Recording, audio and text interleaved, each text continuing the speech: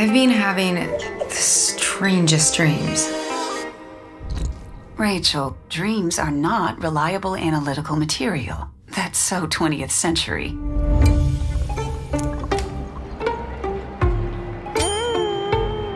Hi, Rachel. We're delighted to let you know that we've had movement on our wait list. We got a spot at the Womb Center. Oh, yeah. But I haven't told Elvie yet. Why, Rachel? He wants a natural child. But hold on, you put us on a wait list to have a baby and an egg. No, it's not an egg. It's an egg. Women are reluctant to have children because it's not made convenient. We want them to pursue their careers and dreams. We can't live in the past. I want to have a child with you. Let's do it, Rachel. Really? Yeah. I'm sure you're all very excited. Parents are raving about it. It is the ultra solution. My nephew was born at the Womb Center, but he doesn't dream. I wouldn't worry about it. We are continuing our coverage of a new and deadly infectious disease. The virus has some genetic elements of the Nipah virus. The care of these patients requires extraordinary effort. We cannot and will not voluntarily take patients from other hospitals. The creation and intentional release of the Clade X virus. The impact of not doing something has lots of consequences. We can't retreat from the rest of the world. The continuity of government here cannot be overestimated. The federal quarantine of this scale is unprecedented. The question everywhere, when will there be a vaccine? We have got to engage the private sector. They know that we don't have a vaccine yet. They want vaccines to be prioritized. I would not want to pull those people back. And we need on the ground to be able to assure protection of our first responders. This is a non-starter. I'm going to need these people. I got this feeling in a whole lot of other places. More than 40 countries are reporting outbreaks, and many more are suspected of having cases. Leadership requires doing things that are oftentimes unpopular. This issue has the amazing capacity to be number 11 on anybody's list of 10 most important items. We have been unbelievably weakened by this crisis. What the world will look like when it's done is still very uncertain.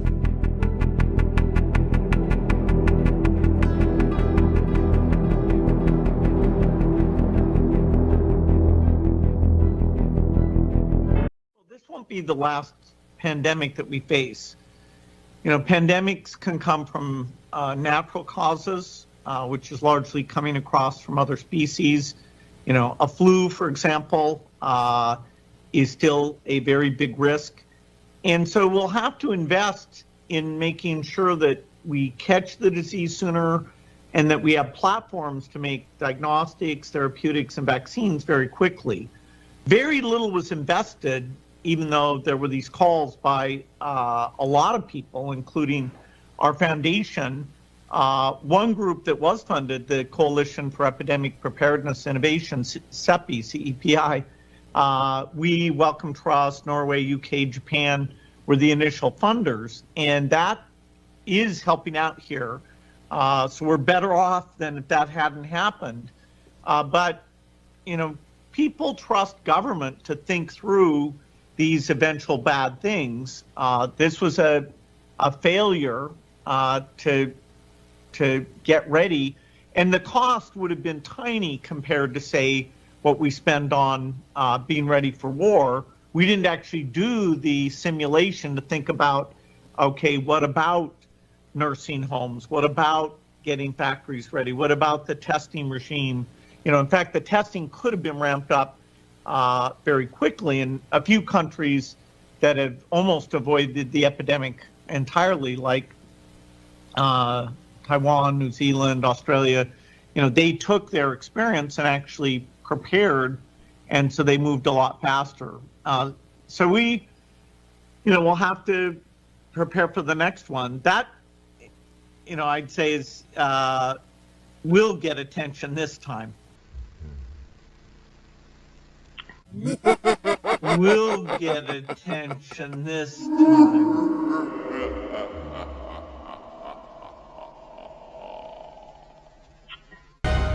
Yes, please.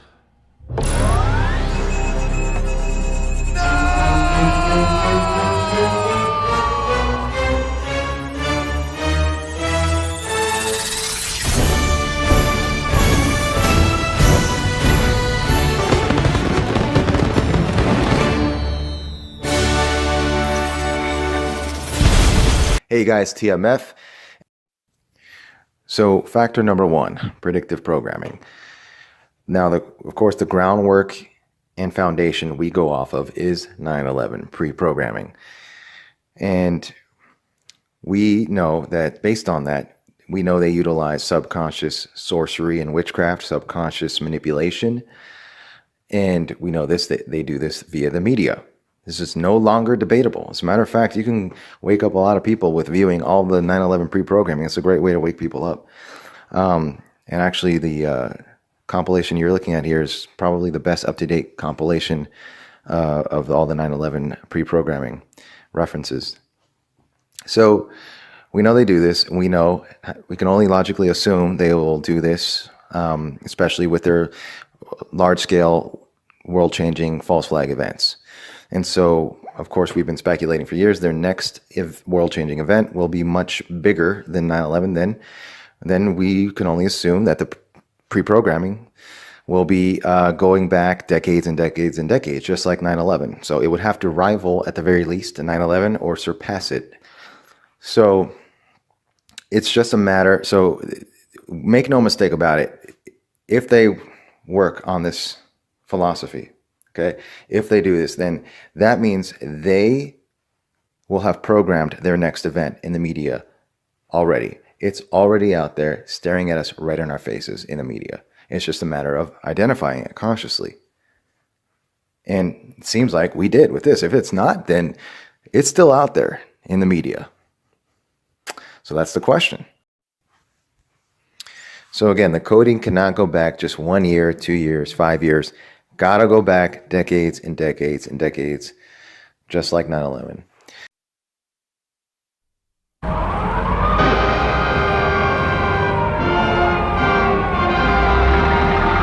On a November day in 1947, without either gun or knife, one person was able to bring terror to the hearts of 8 million people.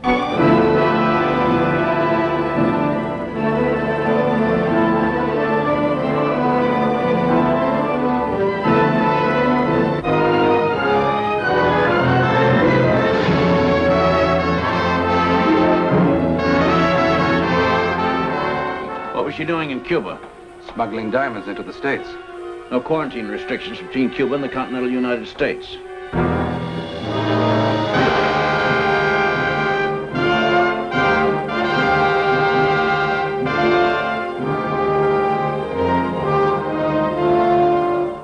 Sheila Bennett. We've been looking everywhere for you. I need medicine. Stay back. Structural engineering company called Magnuson and Klemensick. Okay, and the contractor, Turner Construction. More suspiciously, Turner Construction. They've actually been on the radar, come to find out, of the 9/11 truthers for many years. Because many feel that they were no doubt involved in the 9/11 operation, and they are highly corrupt based on what we're looking at here and the evidence we have on them. And actually moving forward, we should continue to shed spotlight on them. And I actually want to do another video on them alone, Turner Construction. So get this, okay, just for those of you guys unaware, Turner Construction was involved with the 9/11 so-called cleanup, aka cover-up, okay? And they were responsible for fireproofing of, get this, the only floors that were impacted by the so-called planes just prior to 9/11. And also, they were involved in the renovations, or responsible for the renovations just prior to 9/11 in the Twin Towers, which gave them access to the elevator shafts, which means that gave them access to the columns and beams. Do you understand the gravity of these facts? So I'm just going to leave that there. But this company is, wow. Okay, they were involved in the 9/11 op. And then you have the structural engineering company for CenturyLink called Magnuson and Klemensick. They were responsible for constructing the Twin Towers.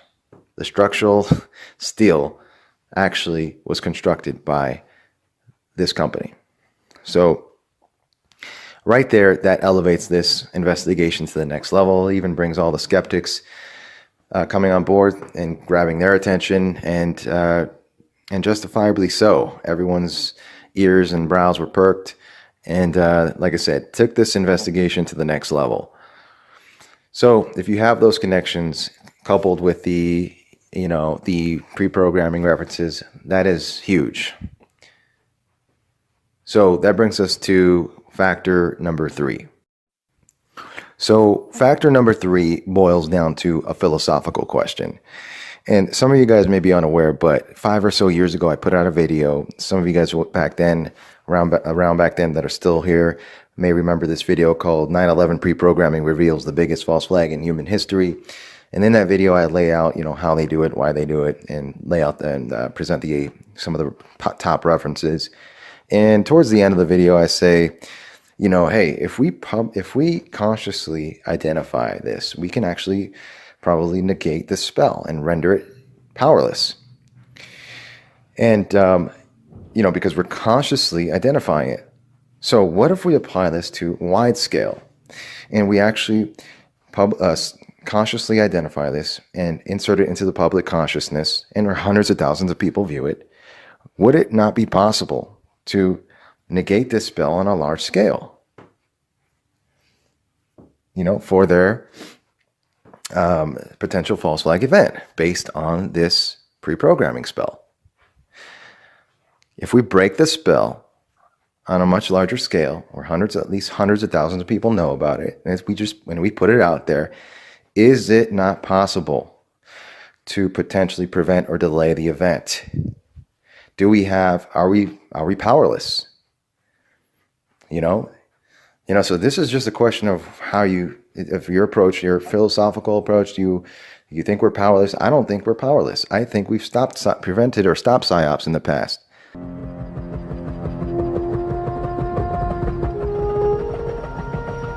In a remote African jungle, a small monkey is captured. Bound for a pet store in America, the animal carries a deadly virus. Now,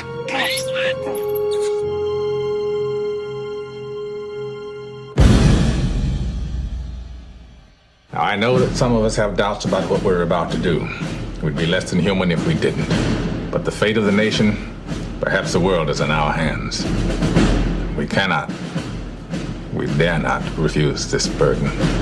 I'm confident that each of you will do his duty. God forgive us. Your town is being quarantined.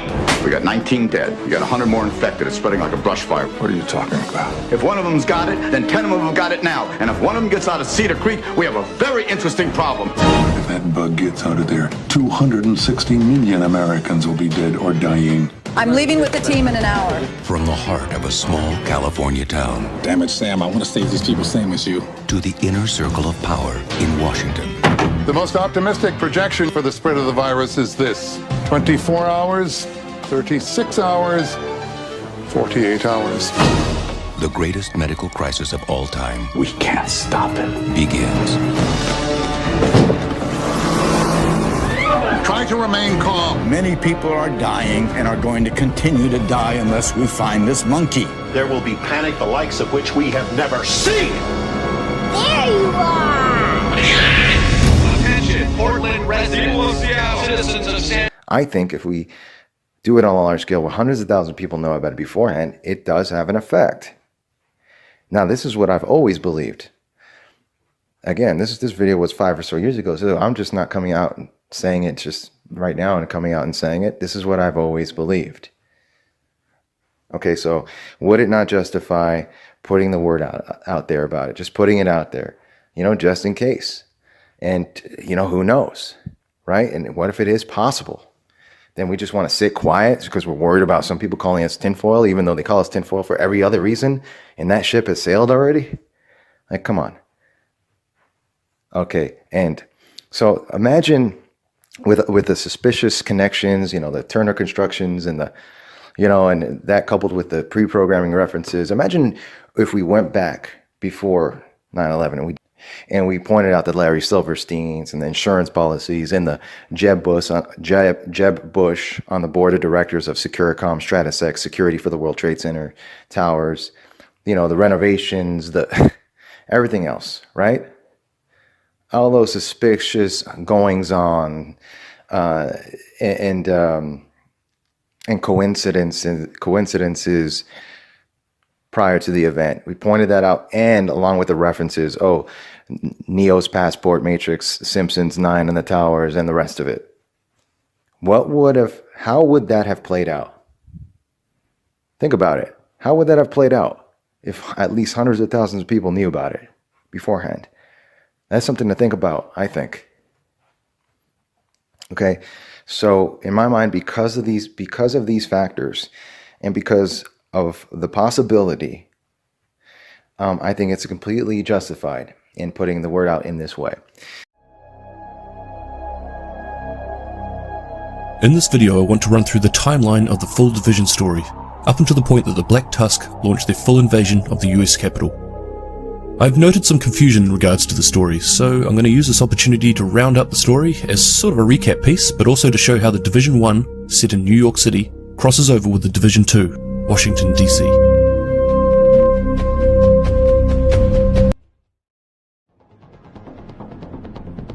November, Black Friday. A man-made virus, later called the dollar flu, is released onto the unsuspecting American public during one of retail's busiest days of the year.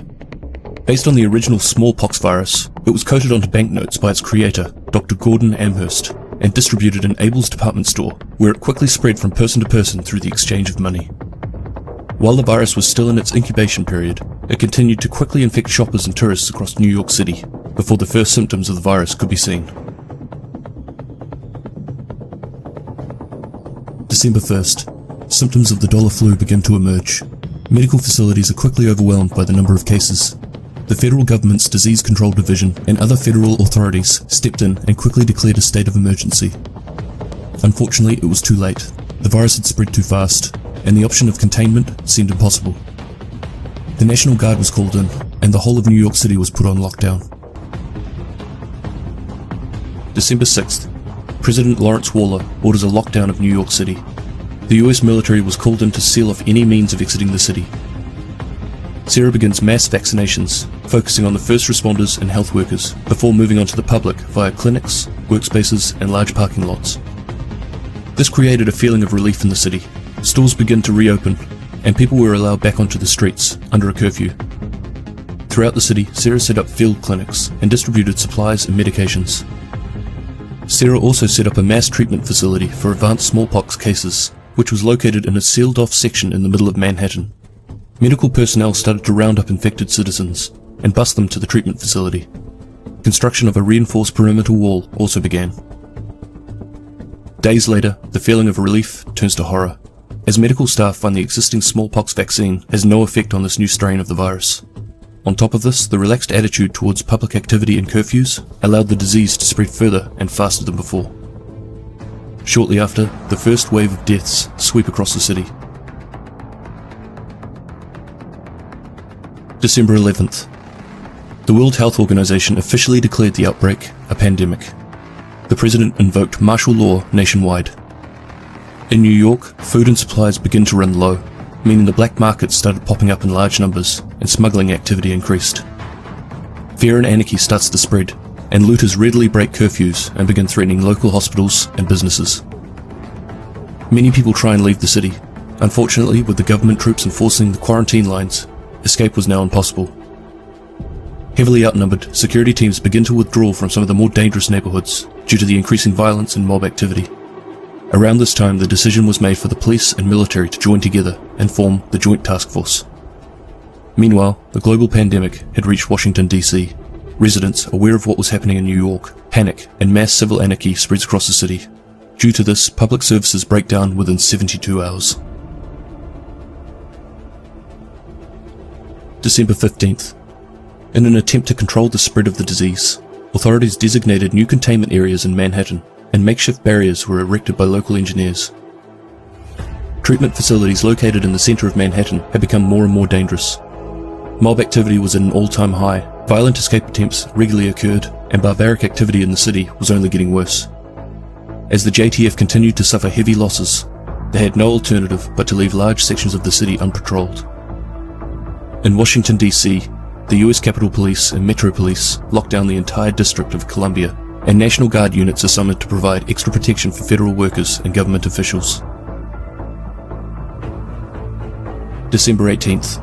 In the face of the growing crisis, President Waller invoked the National Security Presidential Directive 51, activating the first wave of Strategic Homeland Division agents into New York City. The President, along with his family and senior staff, were evacuated from the White House. 2 days later, the sealed-off Manhattan treatment facility fell due to the overwhelming stress and panic from those being held within. The area became a death trap, filled with infected corpses, fires, and hostile gangs. From here it gained a new name, the Dark Zone. Within 24 hours, the JTF and medical personnel were forced to abandon the area. They fell back to the James Farley Post Office and set up a new base of operations for both SERA and the JTF. Late December. Reports from the first wave of division agents describe unimaginable levels of chaos, though they'd continue to fight through the growing violence in an attempt to restore order to the city. But over the next few days, contact with the entire division team was lost. Reports are now coming in of up to 200,000 casualties due to the virus and the growing violence within the city, and many more are missing. New York City is on the brink of collapse. On top of this, a breakout from Rikers Island has occurred. Thousands of violent and desperate criminals have escaped and are now running loose on the mainland. Many of them band together to form a powerful new gang called the Rikers and begin carving out large portions of the city as their territory. January 1st, 2016. Division agents from the District of Columbia in Washington, D.C. were activated by the President. Food and gas shortages combined with widespread power outages has created citywide rioting and looting. High-level government officials were relocated to secure sites around the country. Just like in New York, military and police agencies in Washington, D.C. are combined into a single unit called the Joint Task Force. Treatment facilities are established by SERA inside the Smithsonian Castle in the National Mall and on Roosevelt Island. January 6th. After the disappearance of the first wave, the President activates the second wave of division agents in New York City. After suffering heavy losses on their way into the area, the second wave begins clearing the hostile presence with the JTF. January 7th. President Waller dies from cardiac arrest. Rumours start, stating that he died from the dollar flu, in turn creating a new wave of panic. Vice President Thomas Mendez is sworn in as President. January 10th. The Joint Task Force promotes the head of the Maryland National Guard, Colonel Antoine Ridgway, to JTF Field Commander, with the new rank of General. Ridgway begins a merciless crackdown on mob violence in the capital. Late January. The city's infrastructure continues to fall. Even with the National Guard camps being set up across DC, order is becoming increasingly difficult to maintain, as gang fighting spreads across the northern neighborhoods. Early February. The situation continues to get worse in Washington, D.C. The broken chain of command in the US military causes troops to be thrown into crisis. There are desertions, widespread deaths, and the uprisings of the hostile factions are starting to get out of control. February 14th. The gang fighting in the northern parts of DC stopped due to several of the major criminal gangs calling a truce and forming a council. This group would be known as the Hyenas, and with their new combined force are now able to spread the violence faster and further throughout the city. Late February. General Ridgway's increasingly lethal measures in pursuit of re-establishing control over the city eventually leads to his arrest, a court-martial, and imprisonment. Loyal members of his JTF unit break him out, and under Ridgway's leadership, this new force, who would now be known as the True Sons, made it their goal to establish territory and dominate the populace. Early March. Spring brings some ease to the situation, but in Washington, D.C., the JTF have collapsed, and the gangs now have nothing to stop them from taking complete control of the city. On top of this, survivors of the forced quarantine on Roosevelt Island that were originally under Ridgway's control have overthrown the camp after being mistreated for too long. Out for revenge on the JTF and the general public that allowed it to happen, these survivors formed a new faction calling themselves the Outcasts. A Sarah refugee camp, established at George Washington University, begins to achieve self-sustainability and defense. This camp grows into a community settlement that will be known as the campus. In the east, General Ridgway and the True Sons gain control over the US Capitol building and establish their headquarters. Late March, civilians desperate to escape the gang fighting in the northeast of DC start to assemble in Ford's Theatre. Led by former division agent Odessa Sawyer after the death of the settlement's previous leader, the residents fortify the structure and build a self-sufficient settlement called the Theatre. April 9th. Just 3 months after being sworn in, President Mendez dies from an apparent suicide, but circumstances around his death indicate that the Secret Service may be compromised. Hidden away in an undisclosed location with other members of Congress, Speaker of the House Andrew Ellis is sworn in as the new president. Early May, Air Force One is fired upon whilst returning to Washington DC. Crash landing near the Capitol, President Ellis survives but is captured by the hyenas. The SHD network is mysteriously taken down. Cut off from each other, the division agents follow through with their operational guidelines, which lead them back to the nation's capital. Over the following days, agents arrive from various parts across the US to find the White House under siege by the various hostile factions that are running the city. Late May, Washington DC has been reduced to 3 remaining settlements: the castle, the campus, and the theatre, and they are under constant threat by the hostile factions. The division's main base of operations, the White House, is still under pressure too, so agency forces are spread thin across the city, while attempting to defend the few remaining settlements and expanding the network of safe areas. Early June. The True Sons launch a chemical assault on the settlement in the old Smithsonian Castle. Most residents die immediately from the attack. With the area now being contaminated, the settlement would become a no man's land. Late June. The division managed to rescue President Ellis from the hyenas, and a new secret organization called the Black Tusk is revealed to have been responsible for the SHD network being taken down. July. Division agents recovered President Ellis's briefcase from the True Sons at the Capitol building. With this, the president is able to access the location of the broad-spectrum antiviral, the cure for the dollar flu. But as the city starts to celebrate the series of small wins, President Ellis disappears without a trace at the exact moment that the Black Tusk launch a full invasion into Washington DC. And now we're up to the present game time, where the division was able to stop the antivirals from being extracted from the Capitol, and President Ellis is discovered to be a traitor, with his location still unknown. Hopefully that cleared a few things up, but there is still one thing that doesn't quite make sense. And this was brought to my attention in the comments section of one of my previous videos, and on my Discord by the keen-eyed user, Navina. In New York, the second wave of division agents were activated, and part of their objective was to find out what happened to the first wave. Over time, it was found that a number of them went rogue under Aaron Keener's leadership. But from a recording in DC, we found that this wasn't the case. It's clear that a small-scale activation didn't do the trick. Hell, it went backwards on us. We've got reports of agents going rogue. With all due respect, Mr. President, you can't toe-dip in a situation like this. Half measures aren't worth squat. Half measures my ass. Those agents have full executive authority and the most advanced tech in our arsenal. None of that matters if you took them into the deep end without a lifeline. Jesus, Larry, you've read history books. Fine. Call Louis Chang and let him know the second wave is a go. And it is absolutely farthest thing away from fear mongering based on that. And so the other thing I want to address is the claim that some naysayers and so-called truth channels and others are saying about it being a psyop to discredit us. Again, that ship has sailed first and foremost. But the other reason it's just impossible is because, again, this particular pre-programming was identified going back to the 70s, if not before that. And so going back decades and decades and decades, pre-programming a code, a number, a date to quote unquote troll us for this moment, to quote unquote discredit us is just, I mean, do I even have to get into how ridiculous that is? No, that makes absolutely no sense.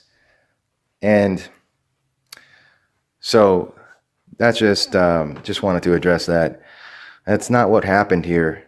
And so the question is, what did occur here? Because something was amiss here. Again, even the biggest skeptics were all coming on saying, hey, these things, this is all beyond coincidence, which means beyond coincidence, which means something was done by design here.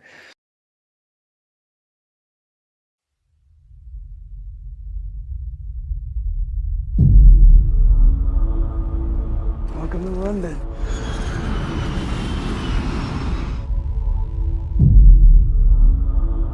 How old are you, Andy?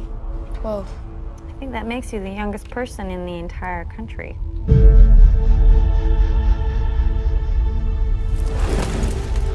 Oh, I missed you so much. What are you afraid of? What if it comes back? It won't come back. What if it does? If it comes back, we kill it.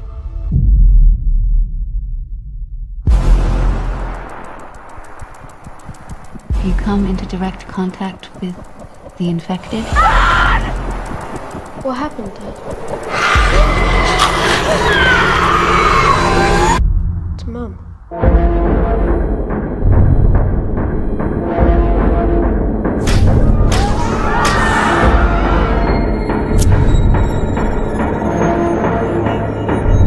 Step 1, kill the infected. Step 2, containment. Containment fails. Step 3, extermination.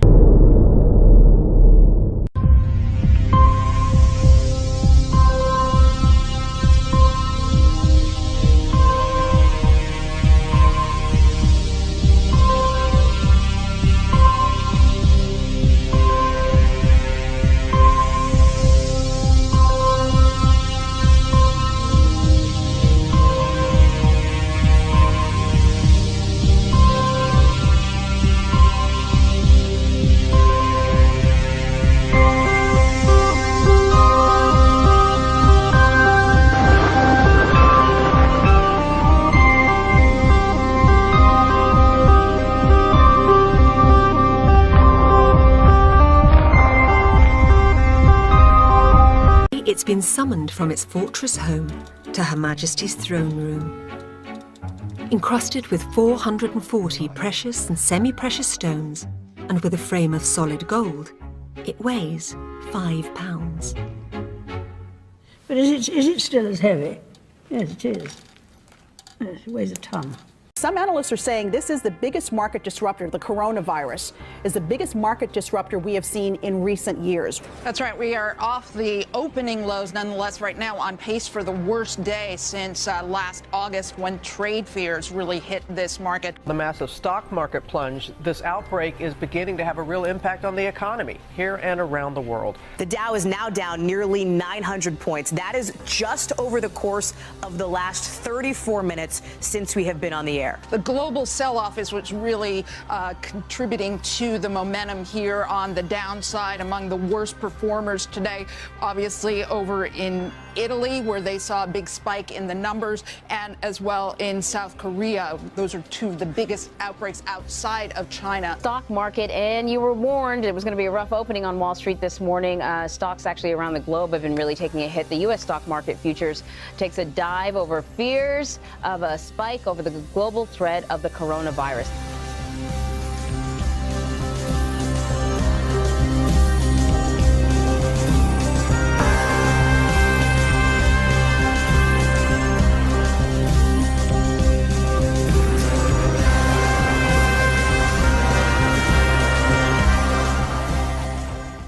At the end of the IPEC GOAT, we have the spire collapse on the cathedral, okay?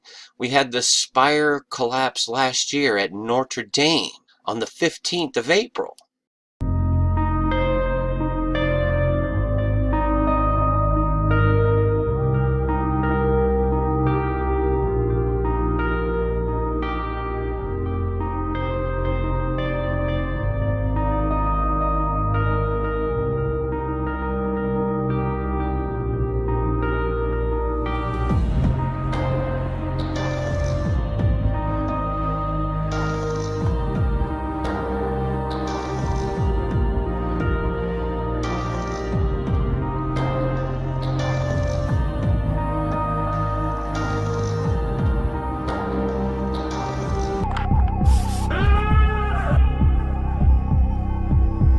ashes, we rise up. We had Ash Wednesday.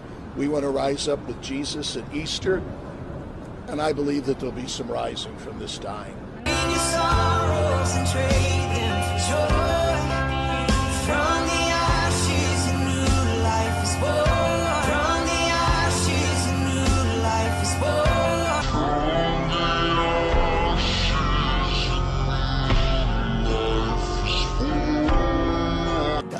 Spirit, I will rise from the ashes of defeat.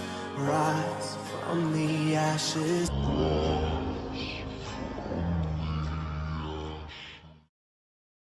And it shows the Antichrist figure with this crown of thorns on his head. The crown of thorns was housed at Notre Dame. Just think about how all this comes together. 21 individuals on the Grand Princess tested positive. Among those positive for coronavirus, 19 crew members and 2 passengers. U.S. Vice President Mike Pence sharing an update Friday after coronavirus tests were airlifted to and from the Grand Princess cruise ship off California. The ocean liner, with more than 3,500 people on board, including hundreds of Canadians, has been barred from returning to its home port in San Francisco after a traveler from its previous trip died of COVID-19. A total of 46 people have been tested so far. We built heaven and made it float. Royalty Cruises.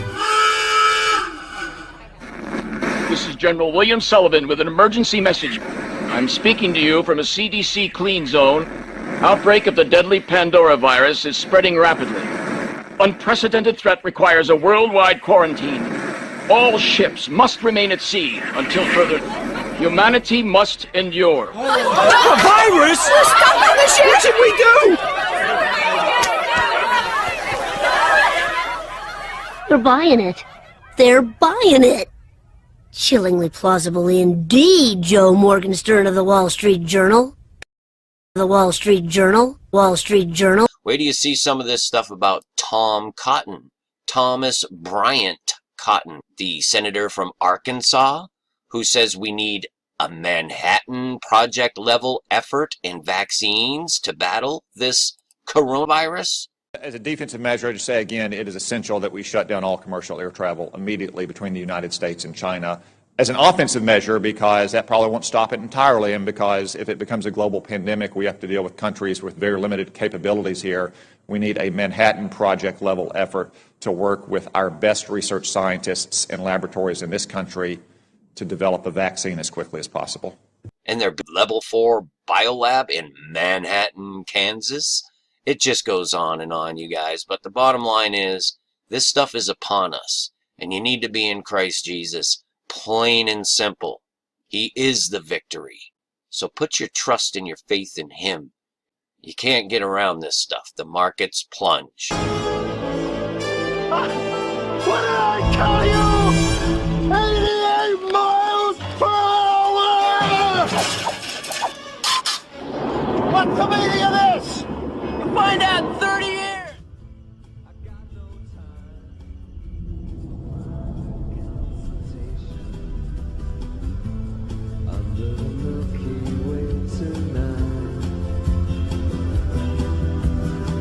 Days,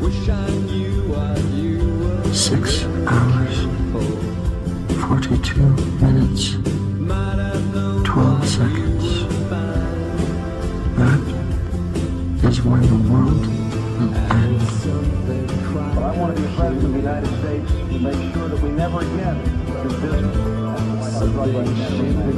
Never again. I went down there and talked to the president of Panama. 6 hours, 42 minutes, 12 seconds. That is when the world will end. Basic principles of time travel are there. You got your vessel and your portal. The vessel can be just about anything, most likely a spacecraft. Like a DeLorean. You know, I love that movie, the way they shot it. It's so, 6 hours, like futuristic, you know? 42 minutes, 12 seconds. That is when the world will end.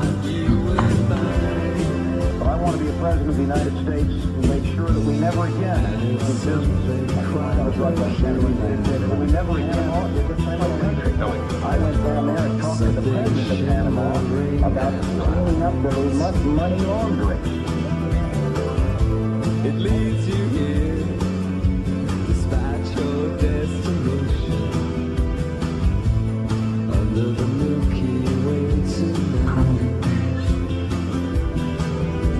6 hours. Wish I knew what you were looking for.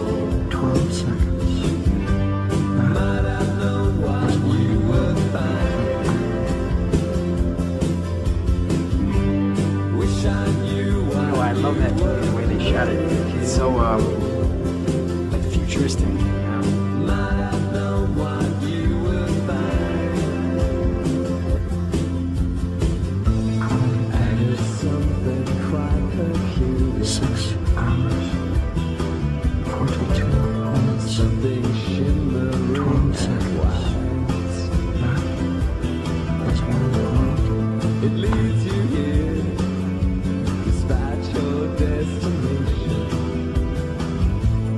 under the Milky Way.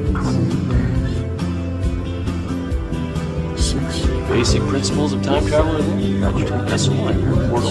Vessel can be just about anything, most likely a spacecraft. Like it, Delora. No gravity. I love that movie, the way they shot it. It's so like futuristic. You know? 6 hours. 42 minutes. 12 seconds.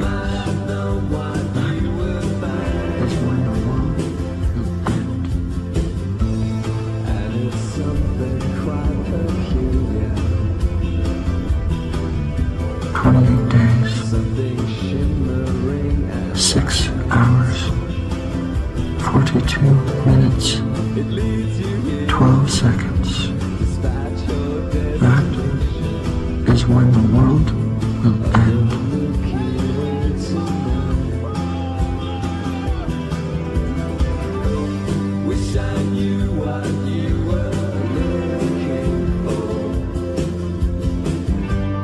Might have known what you were finding.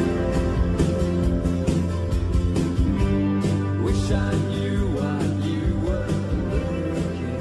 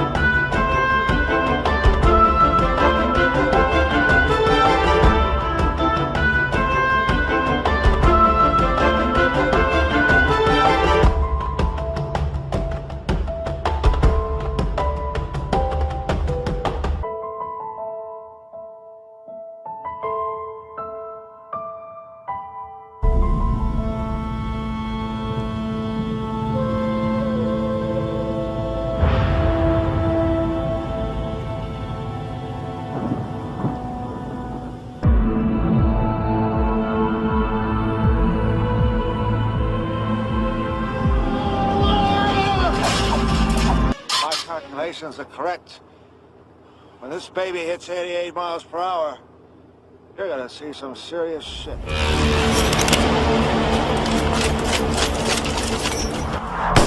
But a bright line in the sand, and we will protect you, that I can tell you, and we will say enough is enough.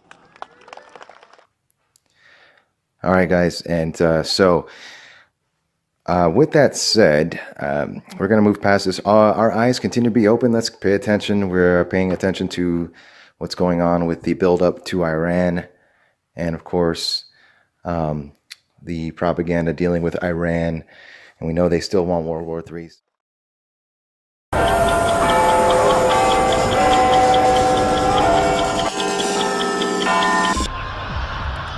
You will never see it coming.